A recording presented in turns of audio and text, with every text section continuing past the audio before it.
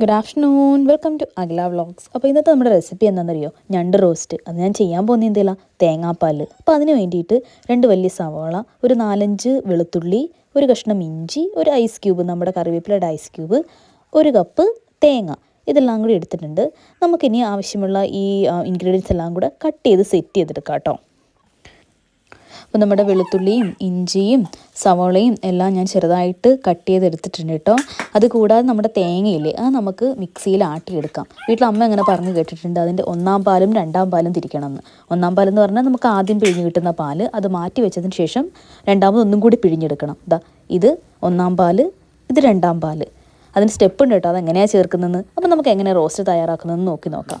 ആ സമയം കൊണ്ട് ഞാനിവിടെ ഒരു കടായി എടുത്തിട്ടുണ്ട്. അതിലേക്ക് വെളിച്ചെണ്ണ ഒഴിച്ച് നമ്മുടെ കടുകും ഇട്ട് പൊട്ടിച്ചെടുക്കുന്നുണ്ട്. അതിന് ശേഷം 1 സ്പൂണ് നമ്മുടെ മസാലയുടെ കൂട്ടില്ലേ, പെരിഞ്ജീരകവും ഏലക്കയും ഗ്രാമ്പൂവും കുരുമുളകും എല്ലാം കൂടെ ചേർത്ത് 1 സ്പൂൺ മിക്സും കൂടെ ചേർത്ത് അതൊന്ന് വറുത്ത് വന്നതിന് ശേഷം നമ്മൾ കട്ട് ചെയ്ത് വെച്ചിരിക്കുന്ന നമ്മുടെ വെളുത്തുള്ളിയും ഉള്ളിയും എല്ലാം കൂടെ ചേർത്ത് നന്നായിട്ട് വഴട്ടുക കേട്ടോ.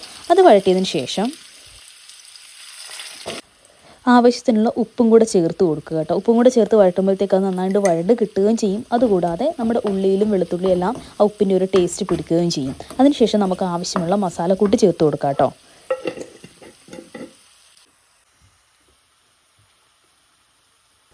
ആദ്യം നമ്മളൊരു 1/2 സ്പൂൺ മഞ്ഞൾപ്പൊടി ചേർക്കുന്നുണ്ട് കേട്ടോ. അത് ഇളക്കിയതിന് ശേഷം അതിലേക്ക് നമുക്ക് 1 സ്പൂൺ മല്ലിപ്പൊടി ചേർത്ത് കൊടുക്കാം.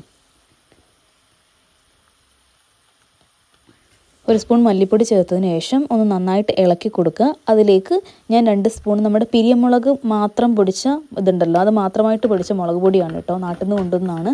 ഇത് 2 സ്പൂണും കൂടെ ചേർത്ത് ഇളക്കുന്നുണ്ട്. അതിന് ശേഷം നമുക്ക് അതിലേക്ക് ഒരു 1/2 ടീസ്പൂൺ കുരുമുളക് പൊടി ചേർത്ത് കൊടുക്കാം കേട്ടോ. കുരുമുളക് പൊടി ചേർത്ത് അതിനകത്ത് പിന്നീട് 1/2 ടീസ്പൂൺ ഗരം മസാലയും കൂടെ ചേർത്ത് കൊടുക്കുന്നുണ്ട്. അതെല്ലാം കൂടെ ചേർത്ത് നന്നായിട്ടൊന്ന് ഇളക്കി കൊടുക്കുക. ഒന്ന് വഴണ്ട് വന്നതിന് ശേഷം ഞാൻ പറയാൻ മറന്നു, ഞാനൊരു അരമുറി തക്കാളിയും കൂടെ ചേർക്കുന്നുണ്ട് കേട്ടോ. തക്കാളിയും കൂടെ ചേർത്ത് നന്നായിട്ട് വഴട്ടുക. ഇത് വഴണ്ട് വന്നതിന് ശേഷം നമ്മൾ കട്ട് ചെയ്ത് വൃത്തിയാക്കി വെച്ചിരിക്കുന്ന നമ്മുടെ ഞണ്ടിനെ ചേർത്ത് കൊടുക്കാം. അമ്മ പറഞ്ഞ് കേട്ടിട്ടുണ്ട്, നമ്മൾ ഉള്ളിയൊക്കെ വഴണ്ട് വന്നതിന് ശേഷം മാത്രമേ ഞണ്ട് പൊട്ടിക്കാവുള്ളൂ, അല്ലെങ്കിൽ അത് നീറി അതിൻ്റെ വെള്ളമായി പോകുമെന്ന് പറയും. ഞാൻ അതുപോലെ കേട്ടോ ചെയ്തത്. ഉള്ളി വഴട്ടിയതിന് ശേഷമാണ് ഞാൻ പെട്ടെന്ന്, ഞണ്ട് പൊട്ടിച്ചെടുക്കാൻ ഈസിയാണല്ലോ, ക്ലീൻ ചെയ്യാൻ ഈസിയാണ്. അപ്പോൾ അപ്പം തന്നെ പൊട്ടിച്ചാണ് വൃത്തിയാക്കിയതിന് ശേഷമാണ് ഈ കടായിലേക്ക് ഞാൻ ചേർത്ത് കൊടുക്കുന്നത് കേട്ടോ. അതൊന്ന് ഇളക്കിയതിന് ശേഷം അതിലേക്ക് നമ്മൾ നേരത്തെ തയ്യാറാക്കി വെച്ചിരുന്ന നമ്മുടെ 2-ാം പാലില്ലേ, 2-ാം തേങ്ങാപ്പാൽ ചേർത്ത് ഒരു 15 മിനിറ്റ് മീഡിയം ഫ്ലെയിമിൽ വേവിച്ചെടുക്കുക കേട്ടോ.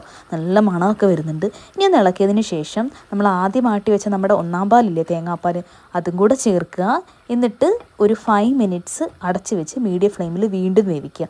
അതിനു മുമ്പ് നമ്മുടെ ലാസ്റ്റ് ഒരു ടേസ്റ്റി ആയിട്ടുള്ളൊരു ഇൻഗ്രീഡിയൻറ്റ് നമുക്ക് ആഡ് ചെയ്യാനുണ്ട്. അതെന്താണെന്നറിയോ? നമ്മുടെ വെളുത്തുള്ളിയും നമ്മുടെ കുരുമുളകും. ഒരു 2 വെളുത്തുള്ളിയും ഒരു 4-5 കുരുമുളകും കൂടെ നമ്മുടെ ഈ ക്രഷറിലേക്ക് അങ്ങോട്ട് എടുത്ത് ഒന്ന് ചതച്ച് ഇതിലേക്കൊന്ന് ചേർത്ത് കൊടുക്കുക.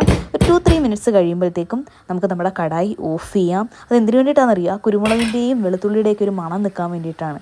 നിങ്ങൾ ഈ റെസിപ്പി ട്രൈ ചെയ്തിട്ടുണ്ടെങ്കിൽ തീർച്ചയായിട്ടും ട്രൈ ചെയ്ത് നോക്കണം കേട്ടോ. നല്ല ടേസ്റ്റാണ്. ഇതിനകത്ത് വെള്ളമൊന്നും നമ്മൾ എക്സ്ട്രാ ആഡ് ചെയ്യുന്നില്ല. ആ ഞണ്ടിനകത്തുനിന്ന് വെള്ളവും പിന്നെ നമ്മുടെ തേങ്ങാപ്പാലും മാത്രമാണ്, പുറത്തുനിന്ന് വേറെ വെള്ളമൊന്നും ആഡ് ചെയ്യുന്നില്ല.